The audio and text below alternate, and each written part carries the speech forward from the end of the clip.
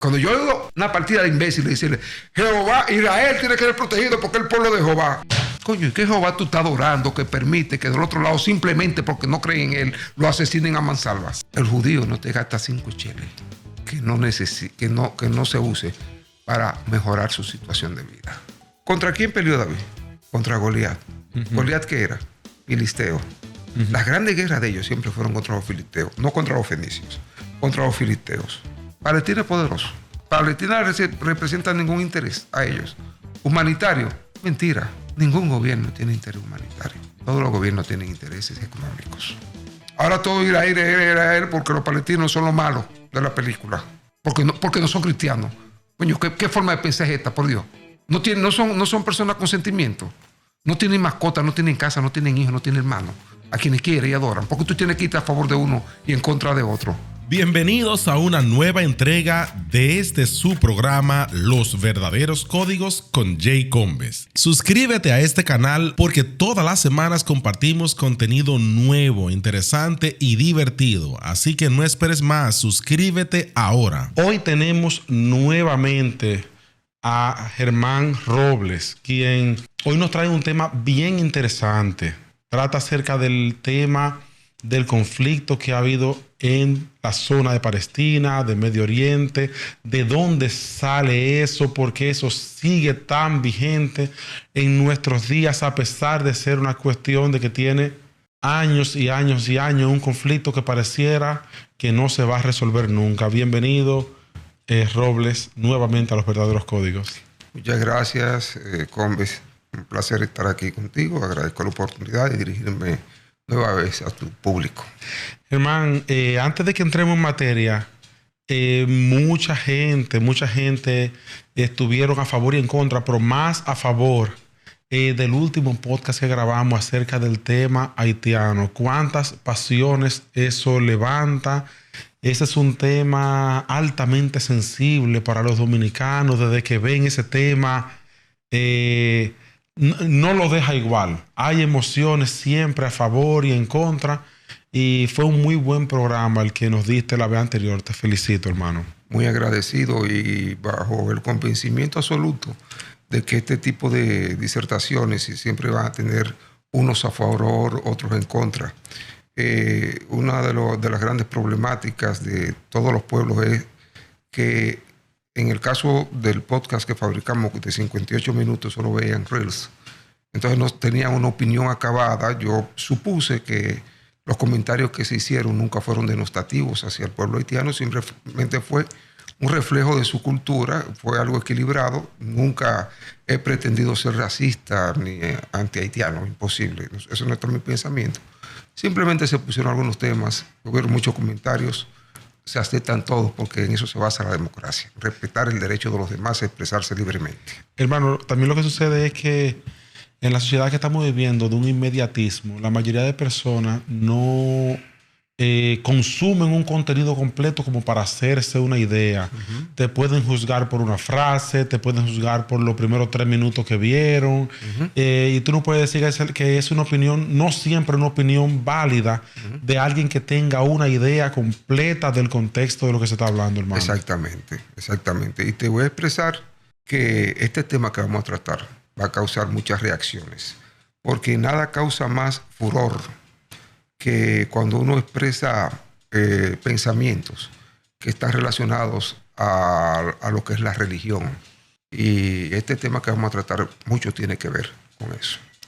Hermano, para la mayoría de personas que no tienen conocimiento histórico, simplemente asocian que en el Medio Oriente hay guerra constante. La mayoría de personas ni siquiera podrían decirle, mira, nómbrame 10 países de los que están en la zona del Medio Oriente y ni siquiera podrían nombrar nombres de países, mucho menos capitales, mucho menos gobernantes, mucho menos entender un problema de algún conflicto bélico en esa zona. Por otro lado, tenemos que nuestra religión principal es la religión cristiana, donde su nacimiento es de esa zona, proviene de el pensamiento de la religión judía.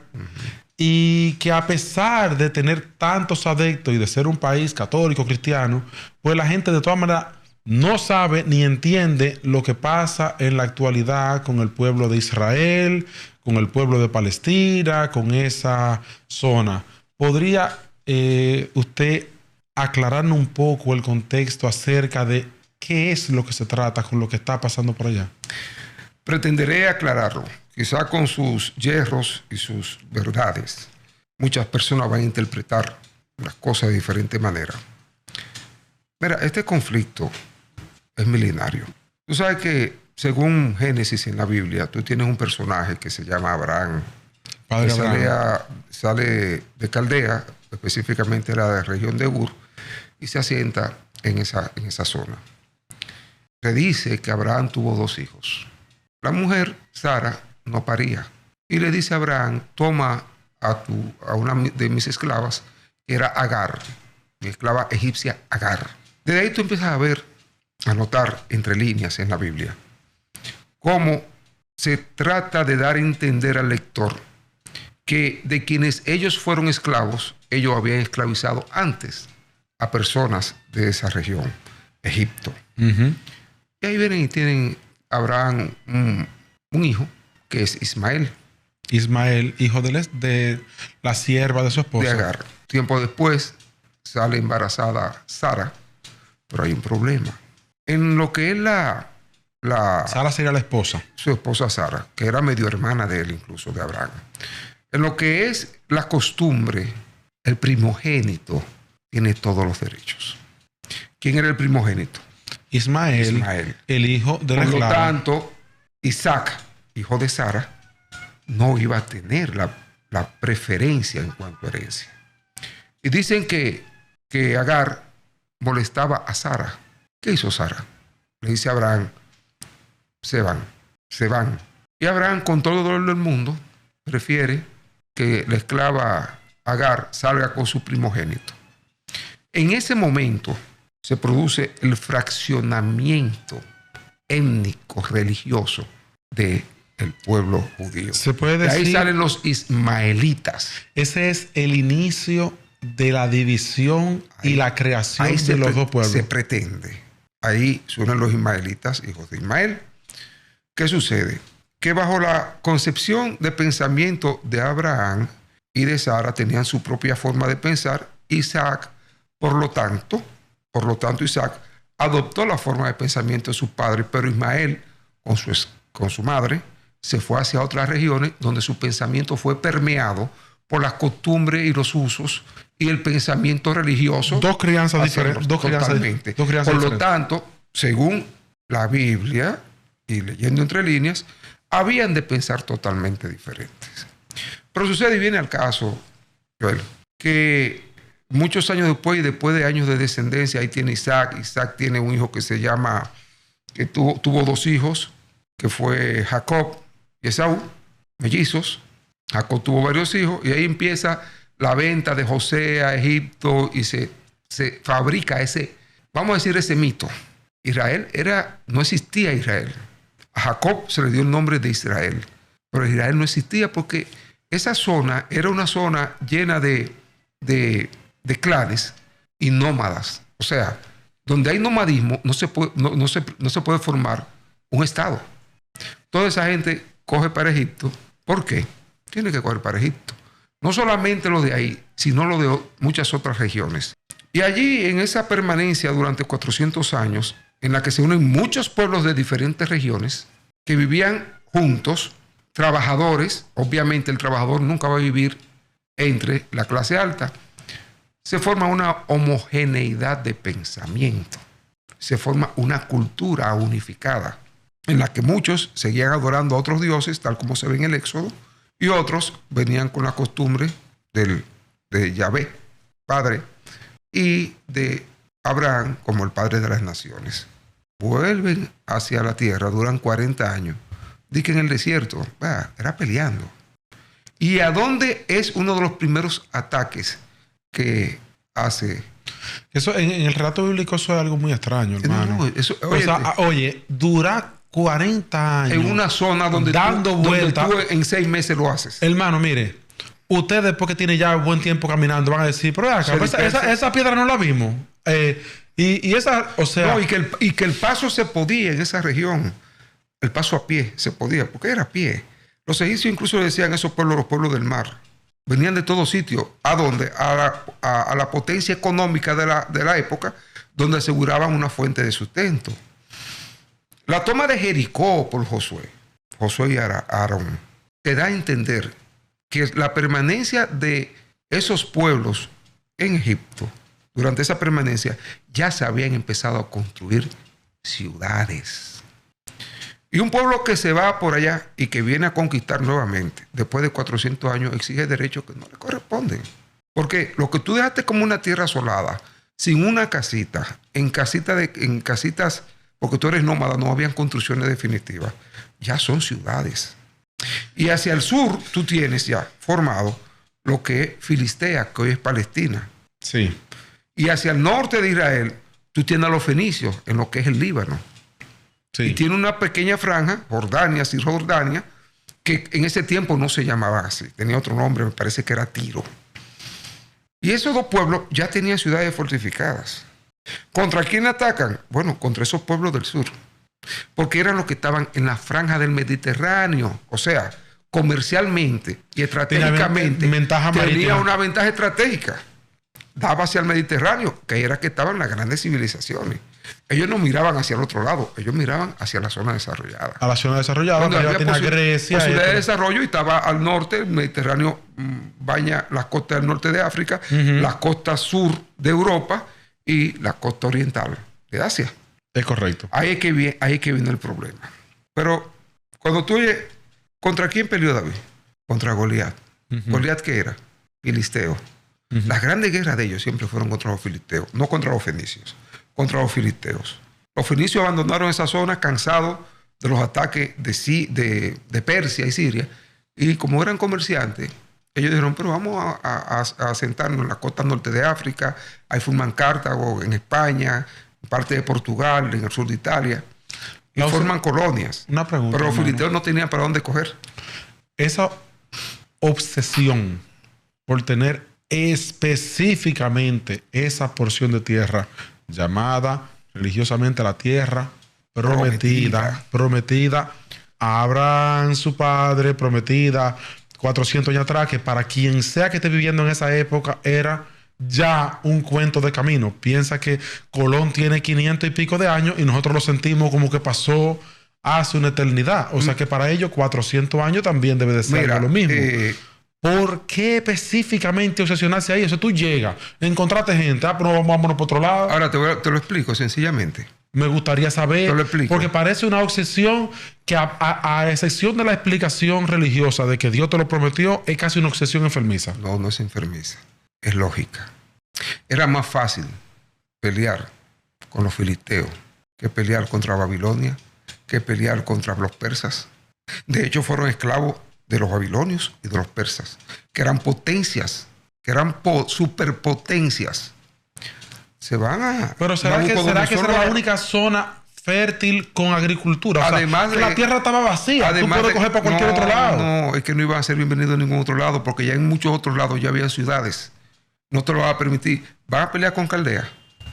Van a pelear con Mesopotamia. Tenían fuerza para pelear con Mesopotamia. Fueron derrotados por ellos. Lo más fácil era acogerse al sur, lo que es esa franja, ahí que ahora dicen franja de Gaza, que tuvo dominio de Egipto por muchos años porque los egipcios conquistaron a los filisteos. Mientras Egipto estuvo en Filistea, ellos no se metieron en eso. O sea, en esa época no se metieron. Todavía hoy Egipto tiene una franja, un pequeño espacio ahí bajo su dominio. Ahora, seguimos en el tiempo. Nunca se terminaron las guerras. Años y años de guerra. Hasta que con la conquista de Alejandro Magno, otro gran imperio, se quedaron tranquilos los judíos. Y con la conquista de Roma, se quedaron tranquilos los judíos. Vivían pacíficamente esos pueblos porque ya estaban bajo el dominio de un gran imperio. Cuando el imperio romano descubre en la zona un levantamiento armado, en Masada, un levantamiento que el sitio duró 4 años, del 66 al 70. que se produce ahí, la diáspora. Ahí empieza otra vez el peregrinar del pueblo judío. Porque en el sitiado de Masada, ellos destruyen el templo de Jerusalén, que había sido construido por Salomón y había sido reconstruido por Herodes, me parece. Y ellos rompen todo eso. Se va otra vez. Ahí viene, por eso dicen la palabra judío errante. Y retomando para atrás, cuando dice la tierra prometida. No me da todo el tiempo. La tierra prometida. Cada religión le hace a creer a los adeptos que donde viven, que son pueblos elegidos de Dios. Que son los pueblos elegidos de Dios. ¿Qué otra religión tiene esa concepción? Solo hay un Dios en los cielos. Su nombre es Alá y Mahoma su profeta. Los islámicos. Bueno, esa se creen el pueblo elegido. Esa porque viene de la misma raíz. Él viene de la misma raíz y realmente. Pero ¿qué otra que venga de otra raíz tiene esa concepción?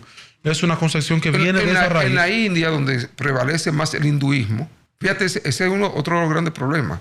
Cuando la India logra la independencia, el gran conflicto que hubo en la división de la India en el 47, el gran problema que hubo fue dividir entre la India y Pakistán, porque la mayoría, habían grandes mayorías hindúes, que no lo mismo que indios, sí, de la religión de hinduismo e islámicos, y hubo que dividir. Aquí estamos lo mismo. Aquí tenemos judíos e islámicos. Ellos están rodeados, Israel está rodeado de islámicos por todos sitios. Y son el único enclave. Están rodeados de islámicos. Judío. En Palestina incluso hay una gran población cristiana. Una gran población cristiana. Judía sería. No, que no es ni siquiera cristiana. Cristiana y judío. Cristiana y judía. Fíjate que cuando aquí se produce el éxodo por la guerra otomana en esa zona, que vienen, todos eran turcos porque pertenecían al Imperio Otomano, sirio, árabe, sirio, libanés, palestino. Aquí se permitió la entrada de ellos cristianos. Pero te sigo con esto. Si no hay una pregunta alterna. Los judíos se ríen en el mundo entero. Incluso el segundo gran éxodo de judíos se produce en España. Los judíos eran dueños de la economía española. Y convivían pacíficamente judíos e islámicos, o sea, moros, que tomaron España por 800 años y tenían una relación cordial. ¿Por qué? Porque no había una guerra por tierra, por territorio. Hermano, y ese es un caso que sea común, una nación que mantenga su idiosincrasia, su historia, su cultura y que no tenga terreno físico. Es decir, que tengan identidad cultural por generaciones, estando regado en el mundo, habiendo judío hablando alemán en Alemania, judío hablando español en España, judío hablando inglés en Inglaterra, y se sienten judíos y tienen su... O sea, eso es un caso que tiene una explicación. Eso es un caso que podría, si uno es religioso, tener una explicación divina. Decir, Dios mío, ¿cómo una nación tantos años regada de toda la forma posible, desbaratada de toda la forma posible, se mantiene íntegra como si fuera una nación ahora te dispersa? Lo voy a explicar. Porque la mentalidad del judío, en la mentalidad del judío no está la transculturización, como nos pasa a nosotros, como le pasa a mucha gente. La ley de vida del judío es la Torá. La Torá es su ley existencial. Y ese libro, porque hoy nosotros decimos Antiguo Testamento y Nuevo Testamento, para ellos no existe el Nuevo Testamento. El Nuevo Testamento fue un invento del Concilio de Nicea, que empezaron a recoger textos y formaron y si ellos no aceptan la Biblia completa de nosotros. La Biblia de ellos llega hasta que nosotros que la llamamos Biblia, que viene del vocablo biblos, biblioteca. Lo de ellos es la Torá. ¿Qué hasta el Antiguo Testamento? Eso es lo de ellos. Ahí se basa todo lo de ellos en la Torá. ¿Qué pasa? Que cuando tú tienes una familia que la educas en la Torá, que este es tu libro de vida, es este. Tú mantienes tu cultura, tú mantienes tu religión intacta, tu pensamiento religioso, y sobre todo algo que tienen los judíos, que fue tomado de Levítico, que era realmente egipcio. Hermano, el judío no te gasta 5 cheles que no se use para mejorar su situación de vida. El judío, todo eso del diezmo y de todo eso, eso viene desde ahí. El judío, donde llega, se convierte en un ente productivo y no bota su dinero por ningún sitio. Tienen una filosofía de vida que tú dices, wow, increíble. Ellos llegan a España y a muchos otros sitios. Se hacen prósperos donde quiera que estén. Donde quiera.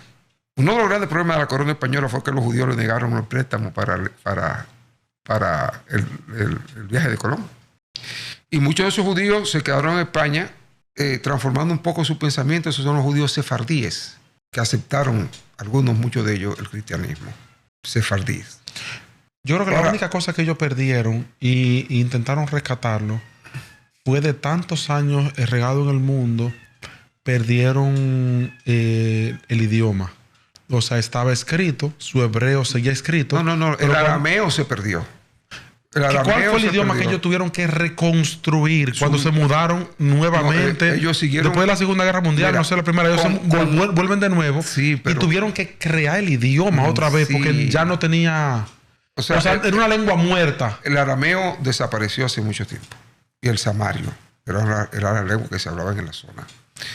El arameo y el samario, perdón. Ellos, la Torá está escrita en hebreo antiguo. Y tenían su gente que lo interpretaba, la Torá. Era de obligatoria lectura diaria en cada una de los hogares judíos.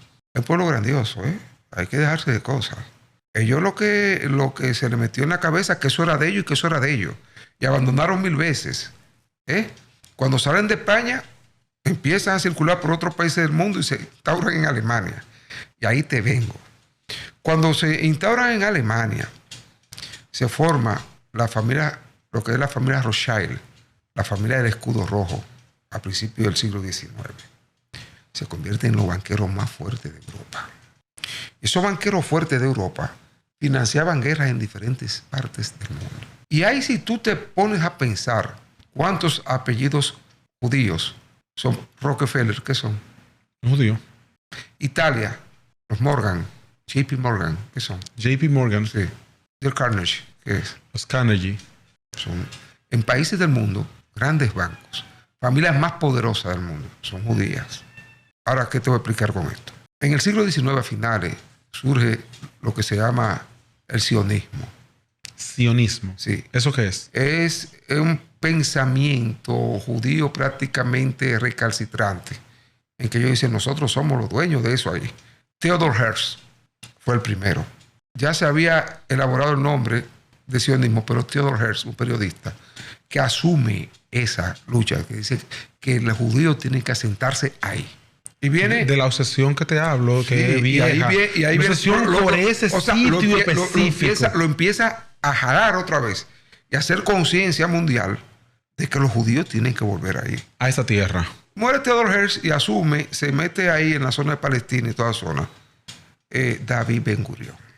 Y se logra el traslado de muchas familias a través del tratado, un tratado, creo que el Tratado de Palestina, con la Liga de Naciones, porque ese tiempo no existía la ONU ni nada, liderado por Inglaterra, hasta que se... Eso es previo de la Primera Guerra Mundial. No, posteriormente, o sea, empieza, pero en los años 20 que se instaura. Después de la Primera Guerra Mundial.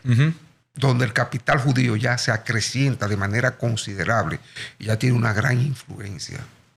Tan gran influencia tiene que posterior a eso se solidifica su poder cuando la Gran Depresión de final de los años 20 y los años 30, que fue el Viernes Negro, todas las acciones a nivel mundial se cayeron, bancos quebraron, inmuebles quitados. ¿Quiénes fueron los capitales que fueron a comprar a precio de vaca muerta? Judíos. Tú has ido a Nueva York, que tú dices, eso es de judío, eso es judío. Hermano, hay una tienda que yo visito cada vez que voy a Nueva York que se llama B&H, que está en Times Square, que es una cuadra. O sea, hay que tener una cuadra, un lado casi entero, en Times Square. 3 o 4 pisos solamente de cámaras, video, cuestiones de tecnología. Y ahí nada más trabajan judíos con su, tú sabes. Sí, pero que ellos son un poder, no hay en el mundo entero. Ahora, ¿qué pasa? El poder económico de ellos hace que grandes países, donde ellos son grandes poderosos, lo tengan que apoyar obligatoriamente. Francia, Inglaterra, Estados Unidos y Alemania tienen que estar a favor de los judíos. Los judíos según leí los otros días, manejan, o sea, la familia judía, el 8% del Producto Interno Bruto mundial. El PIB mundial. Occidental. Lo manejan ellos. Entonces, ellos van a tener que apoyar siempre. Aquí, cuando yo me pongo a ver los canales de televisión gringos y todas esas cuestiones, coño, a nosotros nos dibujan a los árabes como unos criminales. No, los judíos tienen razón. No es que no tengan o que la tengan. Pero vamos en el imaginario mundial, los enemigos son los palestinos. Sí, no. Esos son los árabes. Y los árabes. Árabes y palestinos son los que son. En cada país, en cada religión, hay ultraderechistas que se notan más, o sea, lo que se llaman en el lenguaje popular, fanáticos, esa es la palabra. Mira esto ahora de Hamas. Extremistas. Hamas bombardeó a Hamas, no el gobierno total. Eso está dividido en dos: Autoridad Nacional Palestina y el grupo Hamas. Bombardea a Israel. Mal hecho, claro que mal hecho. Pero fue Hamas. Suponte tú, vamos a traerlo aquí al país. Tú tienes de aquel lado, y ahorita me vas a tirar fondo otra vez, un país en un completo desorden donde las bandas son los dueños prácticamente del país. Suponte tú que un grupo beligerante de esa gente entren aquí a los pueblos y hagan una matanza. Nosotros vamos a bombardear Haití por eso. Para que mueran niños haitianos, mujeres haitianas indefensas, gente que no tiene nada que ver con eso. O sea, no, porque es un grupo disidente de desorden. Claro, focaliza tu acción contra quienes tienes que hacerlo. Por eso es que yo digo, y que todas las guerras son crueles, Combes. Todas las guerras son crueles. Pero para tú alcanzar un objetivo de 20 o 30 a más, tienes que matar 1,000 personas. Hermano, oiga una cosa.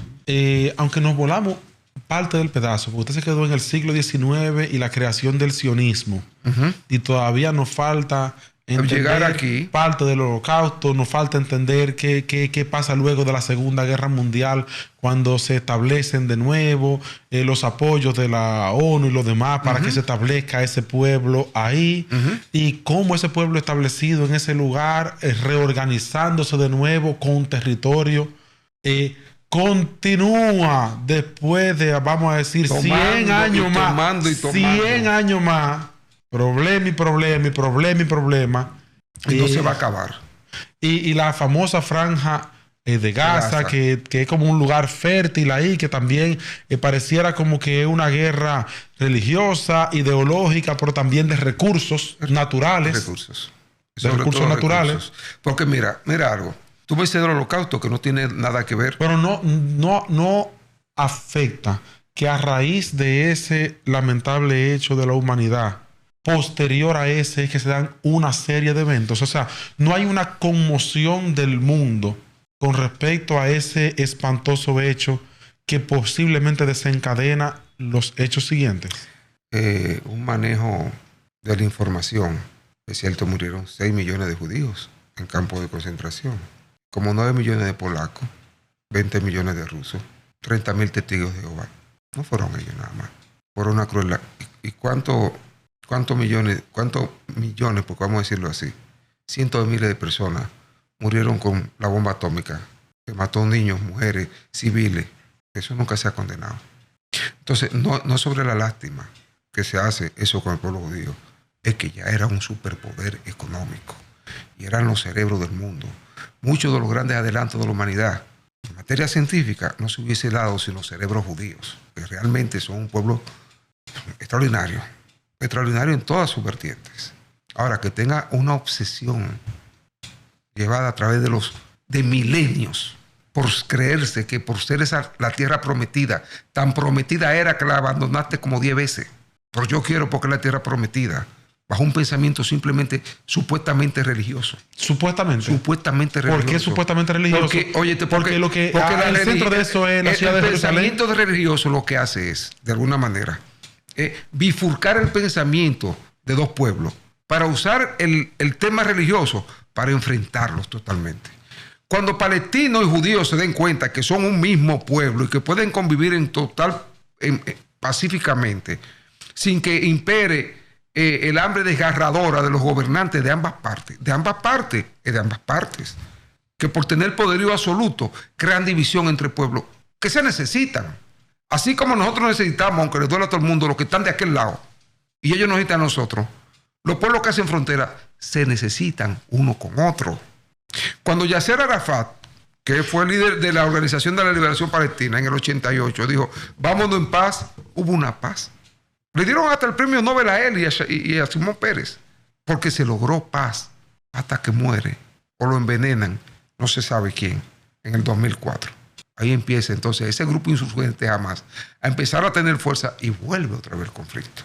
Pero la paz se logró por 12 o 14 años, por 16 años en la zona. Que, o sea, que se demostró que se podía, pero vinieron extremistas del otro lado y del otro lado, de los dos lados. ¿Por qué? Porque está bien, hay paz, pero tú todos los días me quitas 2 kilómetros cuadrados, 3 kilómetros cuadrados y asienta colonos. Ahora mismo los colonos, no sé si tú lo viste en el periódico, los colonos que asientan en esa zona están matando palestinos, armados como si fueran paramilitares, matando palestinos. Ese es un tema que dicen que va a desatar la Tercera Guerra Mundial. Yo no lo creo. Hermano, tú sabes que no hay una cosa que ponga a la gente más de pensamiento cerrado y radical que sus convicciones religiosas. Tenemos ahí un mismo lugar de adoración que coincide, el mismo el muro de las lamentaciones, el mismo centro.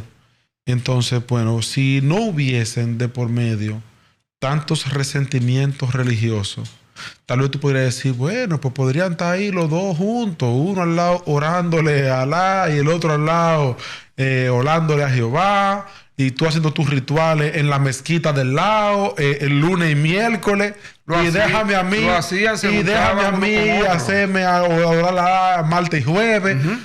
Mi hermano, cuando la gente tiene convicciones religiosas, no tiene ese nivel de tolerancia ni de término medio.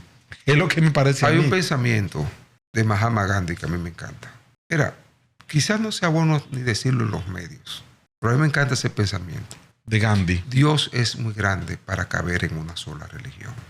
Dios es muy grande para caber en una sola religión. Dios es único, a mi entender.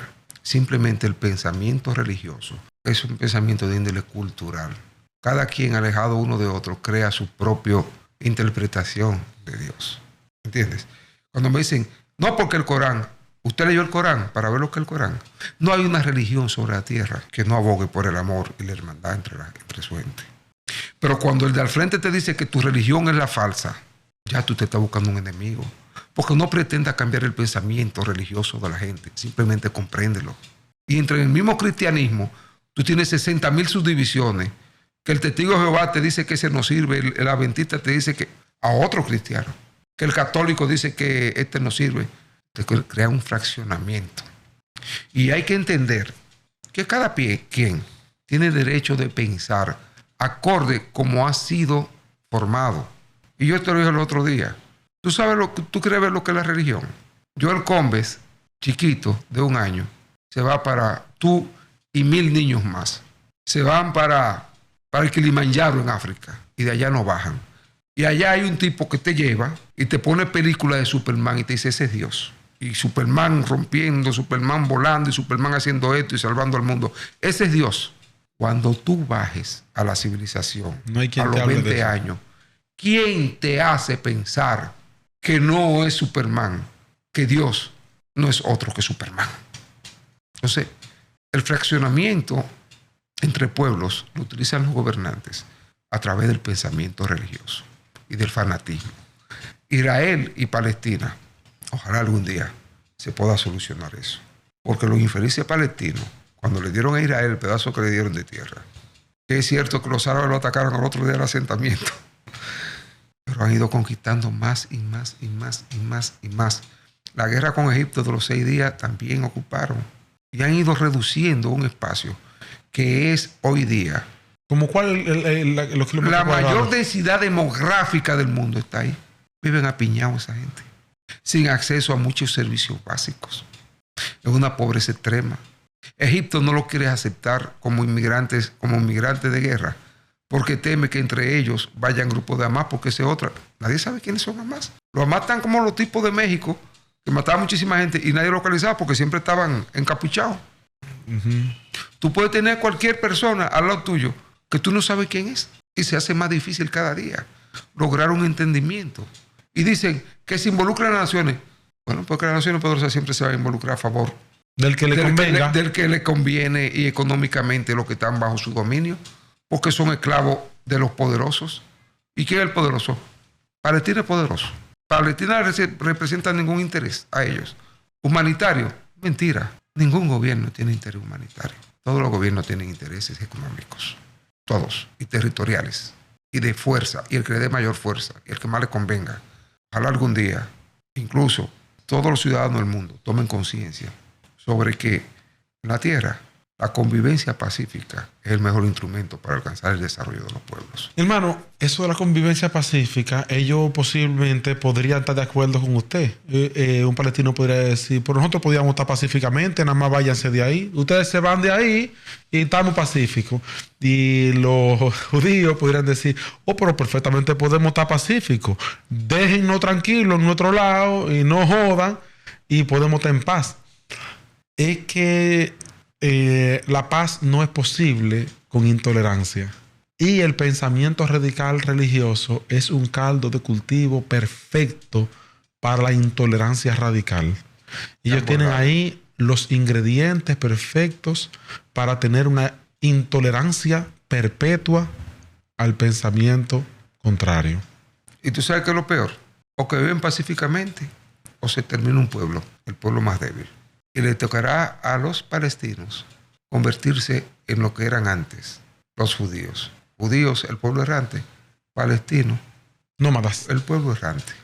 Regado por el mundo entero. Pero ¿cuál es el problema? Que al pobre no lo quiere nadie.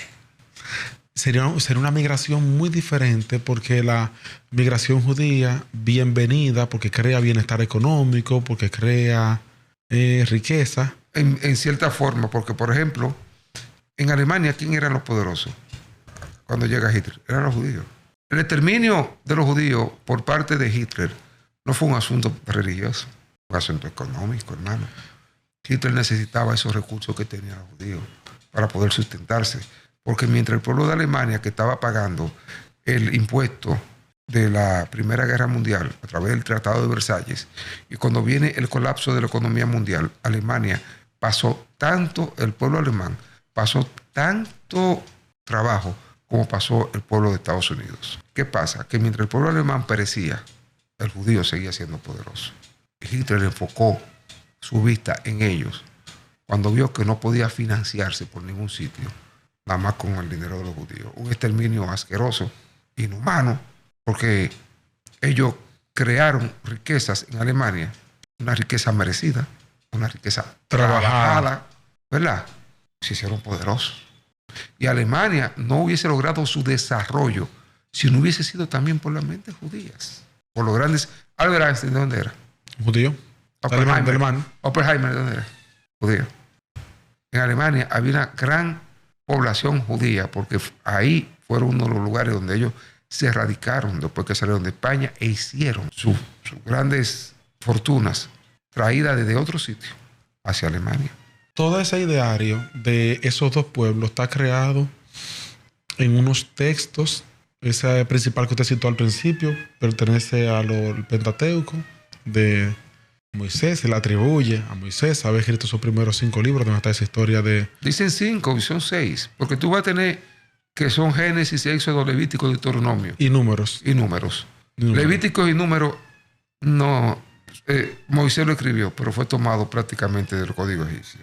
Sí. Era prácticamente de ahí.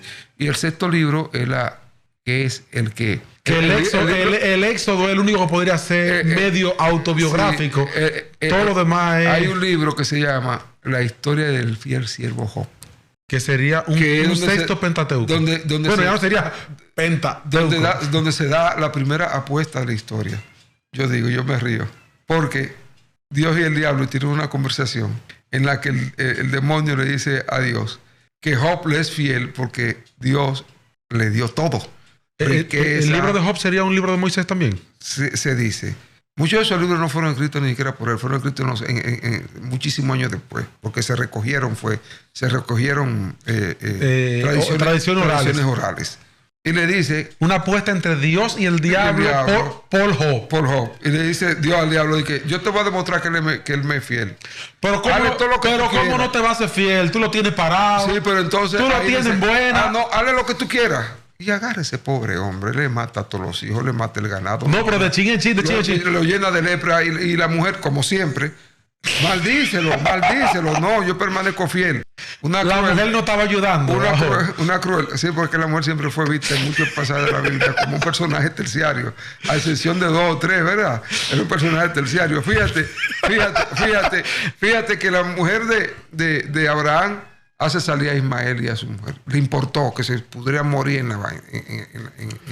Y Abraham... Y Abraham fue un mamita, porque ese hijo suyo de por Dios, para dejarlo que se vaya. Que Dios le dijo que no iban a pasar trabajo y formará una gran nación. Dios le dijo formar una gran nación y formó una gran nación que es la nación contraria ahora a los preceptos de los judíos. Entonces, tú tienes la otra, que es la mamá de Isaac, que hace que Esaú, la mujer de Isaac, que hace que Esaú le vende la prefectura a la primogenitura a Jacob y engaña al papá poniendo la ropa de Esaú para que él lo bendiga. Siempre las mujeres están en una. Pero entonces... Como con un sancocho. David se enamora de una mujer que lo volvió loco porque se bañó en cuera en un patio. Y fue capaz de mandar a Uría a la guerra, que lo mataron para quedarse con la mujer y poder tener a Salomón. O sea, pero vamos, eso son historias bíblicas, ¿tú entiendes? Entonces, en Job tú dices, están apostando Dios y el diablo, no se sabe en qué contexto ni en qué lugar, jugando con la vida de Job. Yo oí una frase hace 2 días en una película que dice que Dios y el diablo se sientan juntos. Ellos estaban discutiendo ahí, apostaron y el pobre Job se pudrió en vida prácticamente, hasta que Dios le dijo, tú ves, puedes hacer lo que quieras, pero no lo mates. Entonces, después de eso, Job se curó, Dios le dio muchísimos rebaños y le dio gran descendencia. O sea, Dios mató a los hijos de Job, dejó que los mataran como si fueran pollos, que le dio más hijos. O sea, como que un hijo sustituye a otro. No ponga eso aquí. Que no, hermano. No ponga eso aquí. Hermano, realmente... Mira, ya caímos en religión. Pero porque ella te iba a preguntar eso. Lo que pasa es que tú tienes tanta data que es muy interesante conversar contigo. Lo que te preguntaba de la historia de Abraham en los libros de Moisés, que por ahí fue que nos fuimos, que yo te dije que era el Pentateuco y tú le agregaste el sexto, el de Job, es que son tradiciones orales que fueron transcritas después, que muchos de esos libros no se puede ni siquiera datar un autor en específico. No. Que para la religión de nosotros como cristianos, la Biblia entera y cualquier letra que esté adentro es palabra de Dios, pero en general o está en voz de un narrador o es texto literal de una persona, o sea, habría que saber como que subrayame en amarillo cuáles son palabras de Dios y cuáles no. Digo, bueno, palabra de Dios está, qué sé yo, el Éxodo 20, que son los 10 mandamientos. Mira, y qué sé yo, palabra subrayado en amarillo como palabra de Dios. Tocando temas. Lo que te quiero preguntar, hermano, es si es que tenemos una guerra basada en mitos de tradiciones orales. Es decir, si estamos hablando de que por lo menos hay un fundamento real por lo cual dos naciones están matando 2024, o tenemos una serie de textos tan antiguos que son mitad mito, mitad... Ahí te voy. Mira, te dije de un principio que esto es un problema económico. Esto es un problema territorial. Ahora, ¿cómo tú mantienes el odio entre pueblos? Si le dices que es por cuarto, no van a pelear. Pero por Dios, de la manera que ellos pueden mantener un fraccionamiento es utilizando el tema religioso. No es otro.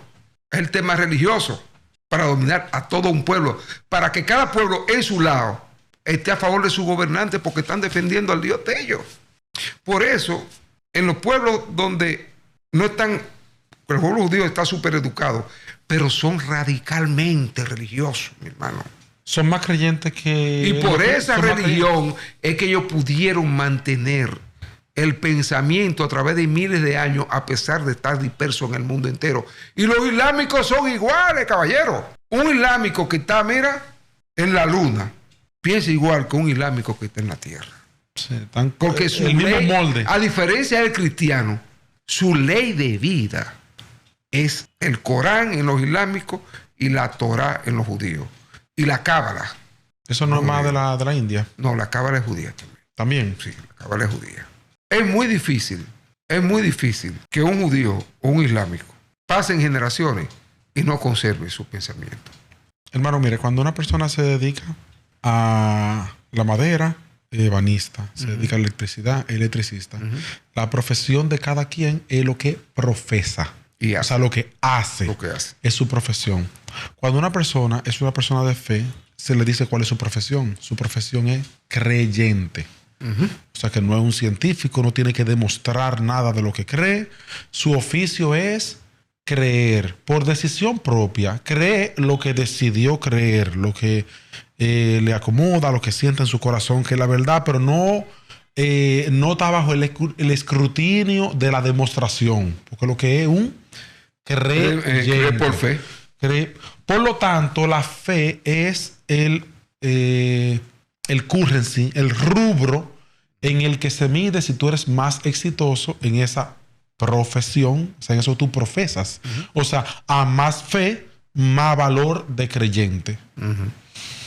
Usted podría decir que una persona que se amarra unas bombas, que hace una profesión de piloto, de lo que sea, se amarra unas bombas y se convierte en una bomba humana. Kamikaze humano, se convierte en una persona a morir, ¿verdad? Por su creencia. Va para el cielo, 7 mujeres, 8 mujeres, lo que sea, prosperidad allá. No es más creyente ese que una persona tal vez de cualquiera de las religiones protestantes que nosotros tenemos, que cree que una persona que vivió una vida de fe va para el cielo, pero cuando su familiar muere, que vivió su vida de fe, se derrama en llanto como si el cielo no es un lugar mejor, como si esa persona no lo logró. O sea, si todo lo que estamos haciendo es para ir para el cielo, porque el cielo es mejor que está aquí, y esa persona se murió en fe, no digo yo que tú no des tu lloradita, pero en el fondo, si tú de verdad crees en eso, debiera estar alegre. Digo, si tú crees en eso de verdad, lo que tú deberías estar alegre. Una mujer de un batey, le filman un muchacho, se va a ir para Estados Unidos a un campo de entrenamiento 3 o 4 años que no lo va a volver a ver. Esa mujer puede que llore en el aeropuerto porque va a dejar de ver a su hijo, pero en el fondo se siente alegre que pasó a una mejor vida. Ahí es que va. A una, ¿verdad? Mejor vida. Como ella de verdad cree que viajar a Estados Unidos es una mejor vida porque lo filmaron, llora, pero también está alegre. Yo no he visto esa alegría en un funeral cristiano. Te voy a decir esto. Que entonces, en el fondo, ¿creen o no creen? No, lo que pasa es que tú no lloras la muerte, porque la muerte es algo natural. Tú lloras la ausencia eterna de un ser querido. Digo, si tú eres cristiano, tú te vas a morir dentro de 4 o 5 años y te vas a encontrar con él. La ausencia eterna de un ser querido.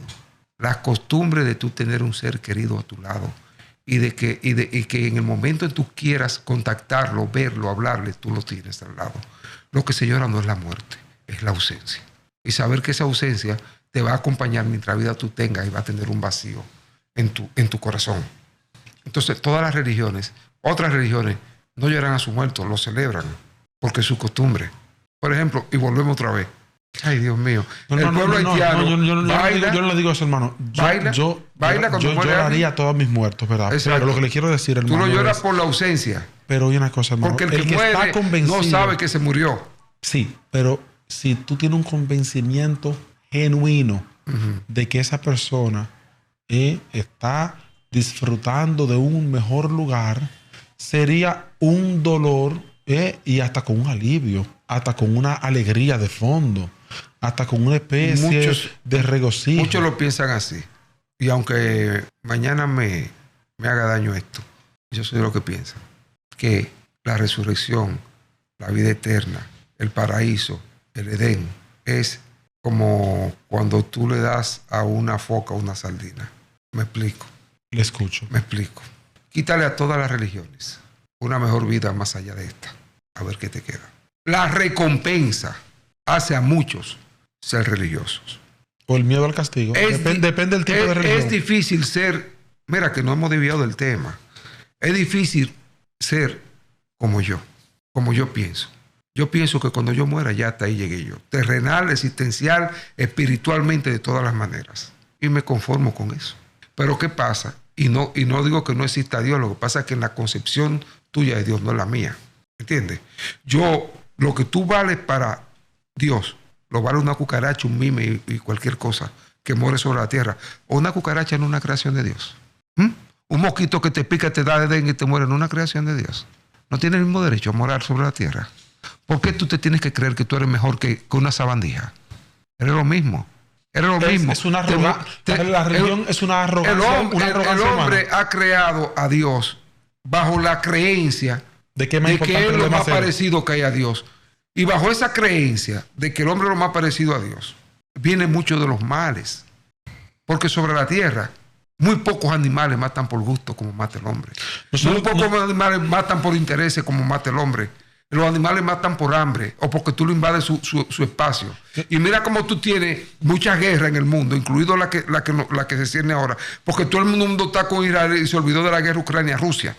Ahora todo Israel porque los palestinos son los malos de la película. Porque no son cristianos. Coño, ¿qué forma de pensar es esta, por Dios? No son personas con sentimiento. No tienen mascotas, no tienen casa, no tienen hijos, no tienen hermanos. A quienes quieren y adoran. Porque tú tienes que irte a favor de uno y en contra de otro. Ve la guerra como un instrumento de lo poderoso para alcanzar mucho más poder. Porque el pueblo común no quiere guerra. Nadie. Mientras un presidente no manda a su hijo a la guerra, muy difícil. ¿Verdad que no? Un general no coge un fusil para ponerse al frente a matar gente. ¿Cómo tú eres capaz de sentarte a que un muchacho de 19 años, como dice una canción por ahí, que es menor para beberse una cerveza, pero es mayor para coger un fusil, tú lo mandas a un sitio a matar gente que él no conoce, ni sabe por qué la está matando? Que la está matando porque si no la matan, lo matan a él. Si lo ponen en una situación de supervivencia. Y tú tienes un grupo de pendejos sentados en una oficina con aire acondicionado, planeando una guerra y decidiendo la vida de otros, donde tú sabes que van a morir muchísimos inocentes, mientras tú, buen pendejo, gobiernas 40, 50 años un país, pertenece a la élite poderosa. Coño, coge una pistola. Tú tienes problemas con Hamas. El de Israel que vaya donde el presidente del Grupo Amé dice, vamos trancando un cuarto y vamos matando y vamos a solucionar esta vaina. Porque por aquí no tiene que morirse tanto infelices de lado y lado. Ah, no. Las guerras son provechosas, hermano. Porque con la guerra se acrecientan poderes, se desvanecen otros y se esclavizan terceros. Y eso es lo que se busca con esto. Siempre ha sido así. Es posible que algún día el hombre alcance un nivel de civilización, venga por pensamiento religioso, venga por convicción propia o venga por conveniencia, porque piensen que si no se van a una paz mundial, se va a ir todo el mundo. Pero es muy fácil tú pensar en la guerra cuando la clase poderosa, la oligarquía de los diferentes países tienen bunkers donde meterse a resguardarse para estar tranquilo, mientras todo el mundo lo está matando afuera. Que el ser humano se sienta que es el ser más especial de este planeta. ¿Y tú sabes qué es lo peor de eso? Un nivel de arrogancia que ¿Tú sabes qué es lo peor de eso? ¿Tú sabes qué es lo peor de eso?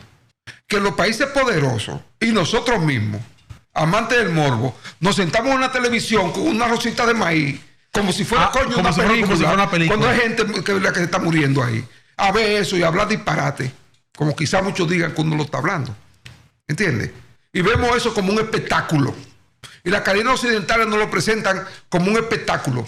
¿A usted no le llegaron 70 mil millones de memes, de esto, lo otro, con las bombardeos que hubo de Hamas ahora, Franja de Gaza, etcétera? ¿No le llegaron a usted 70 mil cuestiones de redes sociales, de los cielos que parecía como que era fuego artificiales, edificios incendiados? Mucha gente relajando con eso. Bueno, y el morbo que generan esas imágenes, que como están dentro de una pantalla, el cerebro las ve como si fuera... diversión, hermano. Ficción. Sí, no. Y lo ven como, vamos a ver qué está esto. Pero no hay ningún sentimiento. Lo que hay es curiosidad y morbo. Todo el mundo tranquilo. Entonces, es un terrorista este. Yo soy terrorista. Pero tú pasas 20 aviones, no estoy hablando de Israel, estoy hablando del mundo entero, y bombardeamos una ciudad llena de muchachitos, eso no es terrorismo. Es una guerra porque es legal. Pero cuando yo te mato 3, es terrorismo. 3. Terrorismo. Tú me has matado 1000 y no es terrorismo. Y nos lo vende como terrorismo lo que hizo aquel, lo que dice este no es terrorismo en Occidente. Y nosotros de pendejos le decimos terrorista que son terroristas, al que mata a 5 con una bomba, y el que bombardea una ciudad llena de gente, ¿qué es? No es terrorista también. Tenemos que cambiar eso y dejar de ser imbéciles manejados por los medios de prensa, que manejan la información como quieren, y la mayoría de la gente no se sienta a analizar lo que está pasando. De que todo el mundo está con esa guerra de ahí. Por ejemplo, entre la India y Pakistán hay muertos todos los días. Eso no sale. Nosotros ni nos enteramos de eso. No, ni enteramos. Ni nos enteramos. Eso no tiene la cobertura en CNN que tiene el otro conflicto. Eso tiene la cobertura. Entonces, no vende, porque la cadena lo que hacen es vender, tergiversar información, adoctrinar el pensamiento de la gente, llevarlo a donde ellos quieren, lo que ellos crean, fabricarte fábulas en la prensa, y ahí está muy idiotizado todito. Ay, sí. Cuando yo oigo una partida de imbéciles decirle, Jehová, Israel tiene que ser protegido porque es el pueblo de Jehová. Coño, ¿y qué Jehová tú estás adorando que permite que del otro lado, simplemente porque no creen en él, lo asesinen a mansalva? Sierva, no ha sido ni una, ni dos, ni tres personas, decenas he escuchado en mi vida diciendo aquí, no te vayas lejísimo de que para Palestina, Israel, no te vayas lejos para allá. Aquí yo he escuchado de gente diciendo, cuando hay temporada ciclónica y hay un ciclón que se desvía, dice, este es un pueblo de Dios, Dios quiere, pero el ciclón se desvía aquí, pero después se mete de lleno en Haití. ¿Verdad? Entonces, no, tú sabes por dónde voy. Gente que dicen de su boca, Dios bendice a República Dominicana, pero donde hay hechicería, qué sé yo qué, por eso se mete ahí. Han habido 8,000 temblores de tierra, pero aquí tiembla la tierra, o sea, tiembla en el mar, que nada más llega un movimiento, pero allá ha temblado directamente en Puerto Príncipe varias veces. Porque está la falla, obviamente. Porque tienen adoran a dioses, El caso es que está arraigado, no solo en la mentalidad de para allá de Palestina ni de judíos, sino aquí mismo cerquitica, de que somos unos protegidos porque Dios bendice la Virgen de la Alta Gracia. Obviamente, sí, por la Virgen de la Alta Gracia, y que los demás son unos maldecidos por las mismas razones. Y por la Virgen de la Mercedes, que un grupo de indios en cuero, los pobres, defendiendo su tierra ante un invasor, ella se metió delante de los españoles, protegió, las fechas rebotaban y mataban a los indios, que eran los dueños de esto. ¿Qué te parece? Y tenemos nuestra Virgen de la Mercedes. La Virgen de la Mercedes en La Vega, y le tiraban una flechita de madera, los españoles con coraza, protegidos, que le va a entrar una flechita de esa. Pero la Virgen se puso adelante, le rebotó y mató a todos los indios. Pero tú eres una invasora también. Entonces nosotros adoramos esa vaina. Ahí en La Vega, sí. No, La Vega es diferente. Esa es la que está en Santo El pueblo de Nizao, sí, de donde yo soy, Nizao de Baní, esa es la Virgen. Y yo no creo en nada de esa vaina. Yo no creo en eso, porque son mitos inventados por hombres para mantener dominio. ¿Cuál sería? Hay una sola Virgen, la Madre de Dios, la Madre de Jesús, la Virgen María. Ya no hay más nadie. Ahí es que viene el problema. Cada pueblo crea una Virgen. La Virgen de la Caridad, la Virgen de la Candelaria, la Virgen de los... la Virgen de Guadalupe, la Virgen... Coño, ¿qué tantas vírgenes? Es una sola. Pero vamos a cumplir ese tema ahí. Sí, que nos estamos metiendo. Edita ese pedazo. Yo no quiero seguir hablando de eso, porque estábamos hablando, mira por donde nos desviamos. No, lo que pasa es que es casi imposible hablar de tema islámico, palestino, judío, sin que tenga una raíz religiosa y sin que nos toque, porque nosotros de alguna forma tenemos hasta diría yo preferencia por uno de los dos bandos. Primero, porque no han adoctrinado en contra del otro bando, y segundo, porque tenemos una creencia cristiana que está a favor del bando judío. Pero déjame decirte algo. Yo no concibo como un cristiano puede ser simpatizante de un judío. Yo no lo concibo. Sí, ¿sería más simpatizante de un islámico? No. Pero te voy a decir por qué. Mientras en el Corán se acepta a Cristo como un profeta, no como el Hijo de Dios, y a Juan el Bautizante, los judíos no creen eso en absoluto en Cristo. Lo que pasa es que yo creo que para el cristiano, el judío es como un cristiano. Y el Nuevo Testamento está tan concebido de tal manera que no se busca el Nuevo Testamento a ver cuándo en el Nuevo Testamento, en palabra de Cristo, está el nombre de Jehová. Él dice mi Padre o el Señor. Porque los romanos, que los romanos que diseñaron eso en el Concilio de Nicea, trataron de sacar a la palabra Yahvé de todo. O sea, ni siquiera tenemos la garantía de que los copistas, que transcribieron lo que sea que hayan transcrito, haya sido fiel al original. No tenemos tampoco garantías. Ellos eliminaron muchísimos textos que decían apócrifos. Por ahí andan y entonces son como unos textos marginados. Son unos textos marginados. Sí, porque tenía mucho elemento metafísico. Y tenía muchas cosas que tú decías, wow, esto es magia o esto es qué. Bueno, pero que real, hermano. La Biblia entera es un texto que tiene muchas historias muy fantásticas. Y entonces tal vez tú quitarle una y quitarle otra, porque para que ella tiene muchas. O sea, tenemos a un hombre que se fue volando en un carro de fuego para el cielo. Tenemos a un Jesús que resucita y encarnado se va volando hasta que se le pierde. La ascensión. Entre las nubes en Hechos de los Apóstoles. Tenemos un mar abierto para cruzar de un lado de Egipto a otro caminando en seco. Tenemos pan durante 40 años cayendo del cielo. Pan que cae del cielo pero que se disuelve con la luz del sol. Maná. Sí. Y demás. Un larguísimo etcétera de historias que por fe las percibimos como historias reales de la Biblia. Tenemos un Adán y Eva que fueron creados hace 8,000 años nada más. El hombre como 6,000. 6,000 años. Adán y Eva. Sí, 6,000 años. Como 6,000 años, un Adán y Eva. Y le rompieron una costilla a Adán para hacer a Eva. Y a Adán lo hicieron del barro. Y lo soplaron por la nariz. Y sobre eso tú me estás hablando. Tú me estás haciendo que el mundo se divida. Sobre eso. Hermano, sobre eso está dividido el mundo. Sobre eso tú me estás haciendo que el mundo se divida. Sobre eso tú sigues agarrando a mis niños de chiquito en muchas escuelas y te lo vas adoctrinando. Y te dicen que el niño tiene que bautizarse a los 7, 8 años, qué sé yo, para tenerlo adoctrinado en ese pensamiento. En casi todas las religiones. No, hombre, hermano. Yo no estoy diciendo. Yo nunca he renegado la existencia de Dios. Y en muchos casos, según sea el tipo de creencia, el ser humano se convierte en un total irresponsable de su propia vida. Me explico. Cualquier logro que tú puedas tener, pues no es tuyo, sino es una bendición de Dios. Pero cualquier cosa que te sale mal, tampoco es un fracaso tuyo, es una maldición o una prueba o un castigo del diablo. Es decir, que tú no eres ni merecedor de tus logros, pero tampoco eres culpable de tus errores. Es decir, ni de lo bueno ni de lo malo, tú tienes ningún tipo de responsabilidad. Tú estás en una especie de... Tú eres un títere. Exacto. Tú eres un títere donde todo puede tener una explicación de ya sea una prueba de Satanás, una prueba de Dios, un castigo de Dios, un periodo de esto para aprender. Y cualquier cosa que te pase bien nunca fue ni trabajo, ni esfuerzo, ni estudio. Es una bendición porque Dios lo permitió. No digo que vivir una vida de fe tenga algún tipo de problema, pero si te crea como ser humano para que te llenes de excusas ante todo lo que te pasa y no te responsabilices de tu existencia. Y te llenes de culpas por cualquier error que cometas.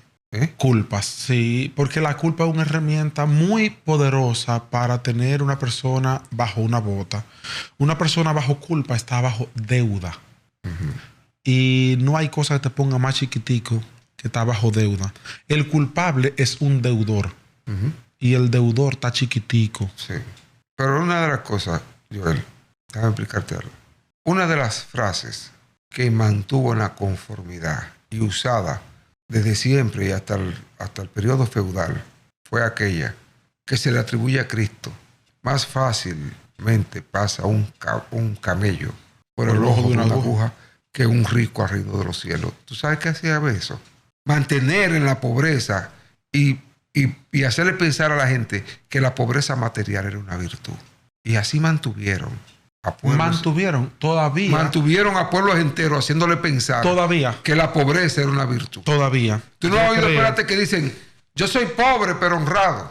La pobreza es una virtud 2024 para una gran cantidad de población que de alguna manera... La pobreza material. Obviamente, que de alguna manera ven la riqueza asociada a la maldad, el pecado. Es decir, que en el fondo, en el pensamiento religioso de múltiples personas, hay culpa en la prosperidad y hay una especie de autosabotaje eterno de su persona, porque la prosperidad es casi sinónimo de pecado. De pecado.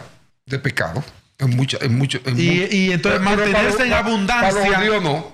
Para los judíos no. Para los judíos no. Para los judíos no. ¿Qué pasa? Para los cristianos que nos metieron eso en la cabeza. Una vez me dice un amigo, hermano, ¿tú eres pobre o rico? Digo yo nunca he sido pobre. ¿Por qué digo yo? Porque depende de lo que tú llames pobreza. Y depende de lo que tú llames riqueza. Yo he estado sin 50 cheles en los bolsillos, pero soy rico. ¿Por qué? Porque lo que te hace rico es la forma en que tú pienses. Lo que te hace rico o pobre, y eso lo vamos a hablar en el tema financiero después, es el pensamiento. Cuánto tú anhelas o cómo tú te planificas. Aquí hay gente tan pobre, o sea, en el mundo hay gente tan pobre, tan miserablemente pobre, que lo único que tienen son muchos millones de dólares. Que solo tienen dinero. La riqueza no es material, la pobreza no es material, es espiritual y conceptual. Cerramos. Muchísimas gracias, hermano. Comparte este video con personas que crees que le puede parecer interesante. Dale like y déjanos en la caja de comentarios qué te pareció el contenido de este episodio. Los verdaderos códigos están en YouTube, pero también puedes consumirlos en formato podcast. Así que búscanos en Apple Podcasts y Spotify. Puedes encontrarnos también en las redes sociales, Instagram, Twitter, Facebook, con el nombre Los Verdaderos Códigos.